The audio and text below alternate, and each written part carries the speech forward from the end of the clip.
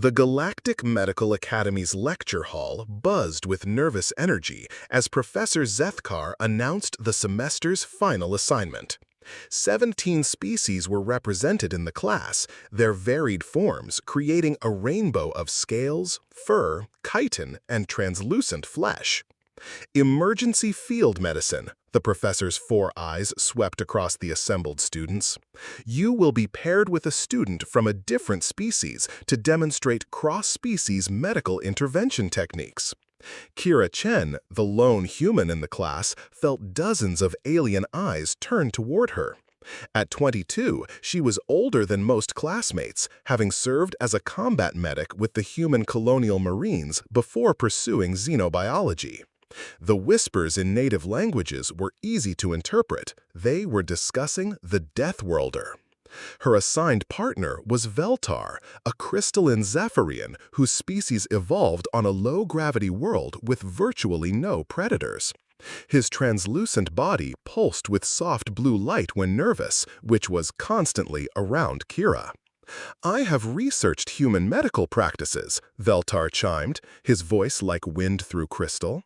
"Your species has a concerning relationship with pain and injury." Kira shrugged. "We're pretty sturdy. Have to be, coming from Earth." The other students gathered around Professor Zethkar for scenario assignments.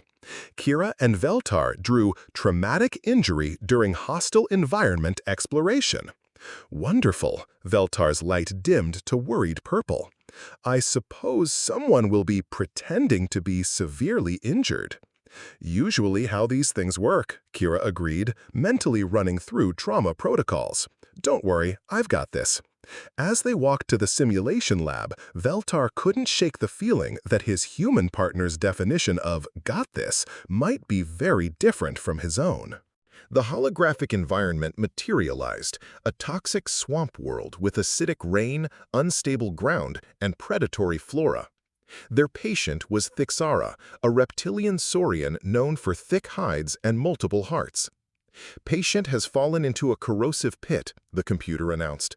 "Multiple lacerations, possible internal bleeding, Class 7 toxin exposure. Environmental hazards include acid rain and carnivorous plants. Limited supplies, no immediate extraction." Thixara lay in the pit, covered in realistic holographic wounds.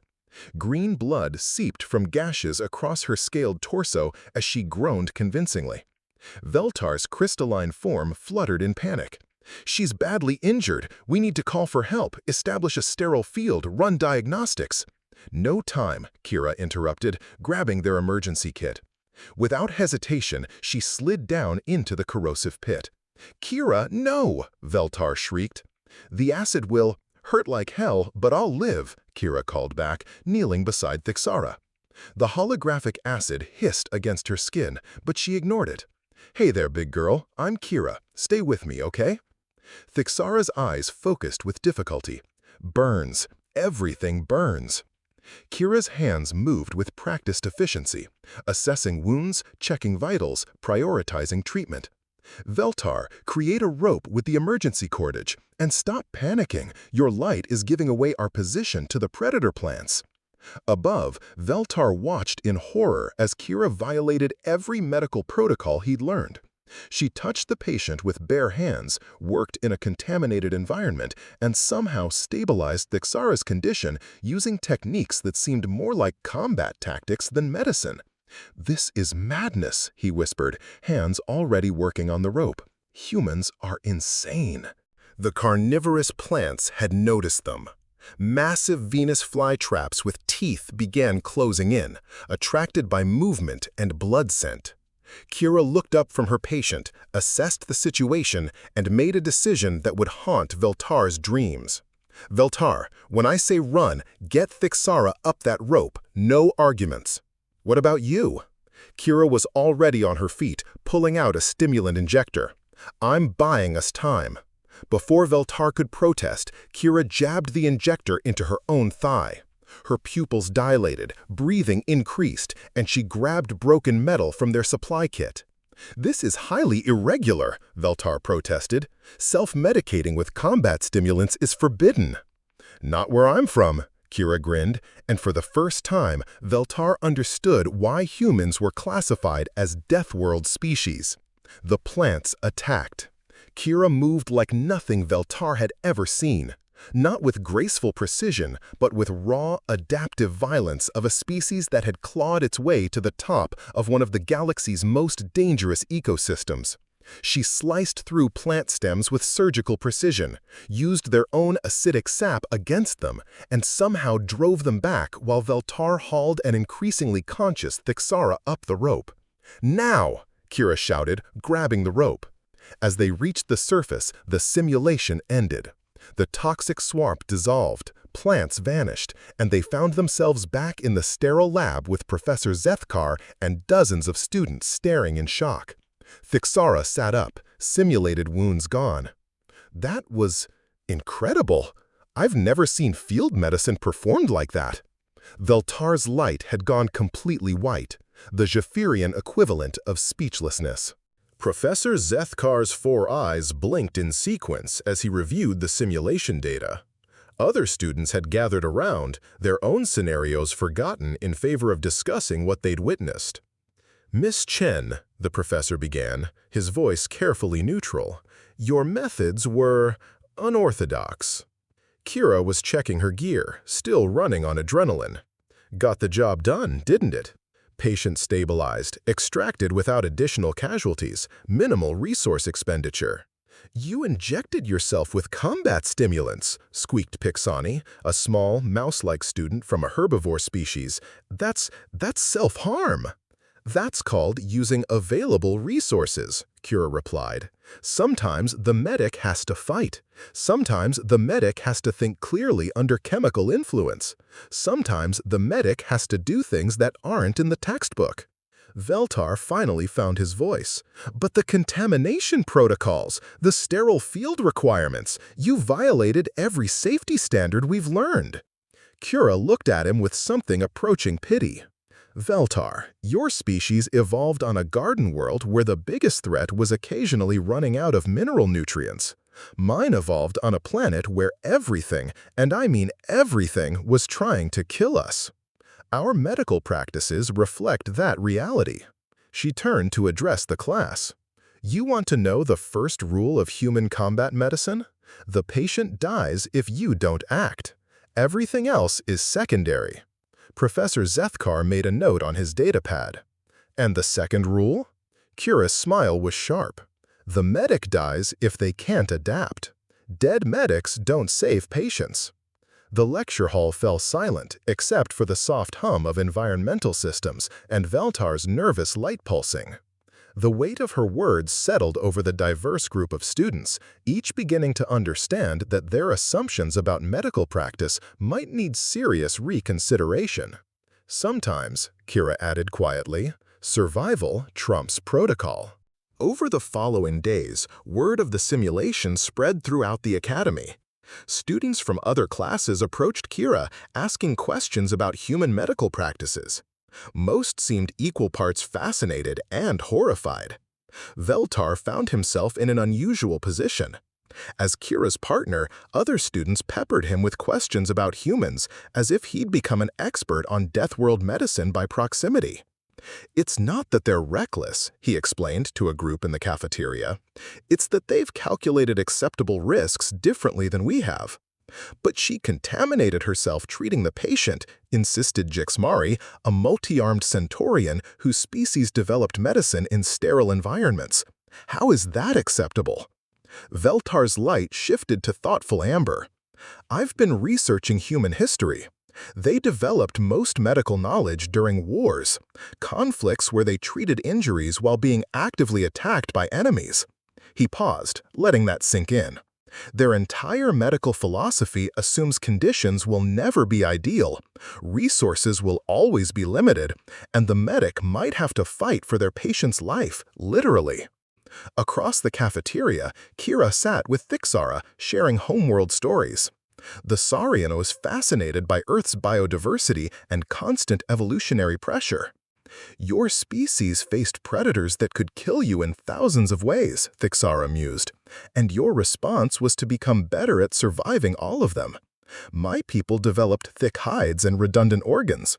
You developed adaptability and spite, Kira added with a grin. Never underestimate the power of being too stubborn to die. Their conversation was interrupted by Professor Zethkar approaching. Miss Chen, I've received a request from the Emergency Response Department. They'd like you to guest lecture on trauma medicine in hostile environments. Kira raised an eyebrow. Just me? You and Mr. Veltar, actually. Your partnership has become a case study in cross-species medical cooperation. Veltar nearly choked on his nutrient solution. Me? But I barely participated. You did exactly what was needed. You trusted your partner and provided support when required. That's significant when your partner is a human in combat mode. The Emergency Response Department's amphitheater was packed. Students, professors, and active-duty emergency responders had come to hear about human medical practices from across the galactic university system. Kira stood at the podium, looking out at hundreds of alien faces. Veltar hovered nearby, his crystalline form pulsing with nervous energy. I want to address the obvious question, Kira said. Are humans really as crazy as everyone thinks? Nervous laughter rippled through the audience. The answer is yes and no. We're not crazy, we're adapted. She activated the holographic display, showing Earth's environments. This is my homeworld. 90% of its surface will kill you in under an hour without proper equipment. The other 10% will just take longer. The audience gasped at images of erupting volcanoes, frozen tundras, and predator-filled jungles. We developed medical practices assuming help might not be coming, that supplies would be limited, that the medic might be injured, poisoned, or under attack while treating patients. She clicked to historical human medical practices. We learned to work with dirty hands because clean hands might mean a dead patient. Veltar stepped forward, his light shifting to confident blue. What looks like recklessness to us is actually calculated risk assessment. Humans consistently choose to act rather than wait for perfect conditions. Exactly, Kira nodded. We say perfect is the enemy of good. A perfect sterile procedure is worthless if the patient dies waiting. A student raised a tentacle. But surely there must be situations where human methods are inappropriate. Absolutely, Kira replied. Human medicine works best in crisis situations. For routine care or delicate procedures, other species' methods are often superior. The key is knowing when to use which approach. Veltar added. That's what I learned. It's not about one species being better. It's about recognizing when different approaches are needed and being willing to adapt. The lecture hall buzzed with discussion as species began considering how their own medical traditions might complement rather than compete with others. 6 months later, the Galactic Medical Academy implemented a new program, Integrated Crisis Medicine. Students were now required to learn medical techniques from at least 3 different species, with emphasis on adapting methods to hostile environments. Kira found herself permanently assigned as an instructor, teaching a course unofficially known as Deathworld Medicine. Her students included medical students, emergency responders, military medics, and exploration team members. Veltar had undergone his own transformation.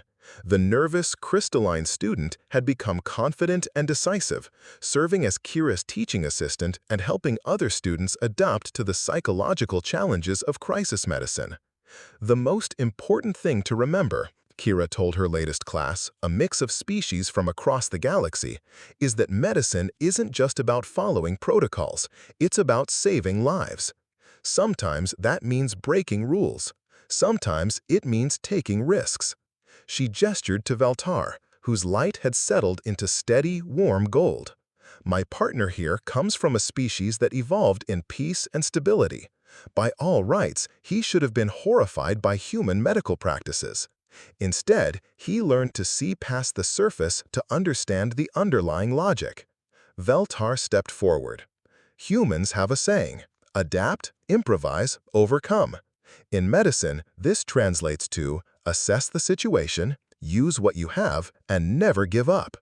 These aren't human principles, they're universal principles that humans just happen to learn first. In the audience, students from dozens of species took notes, asked questions, and began to understand that the galaxy's approach to emergency medicine was about to change forever. After class, as they walked through the Academy's corridors, Veltar's light pulsed with amusement.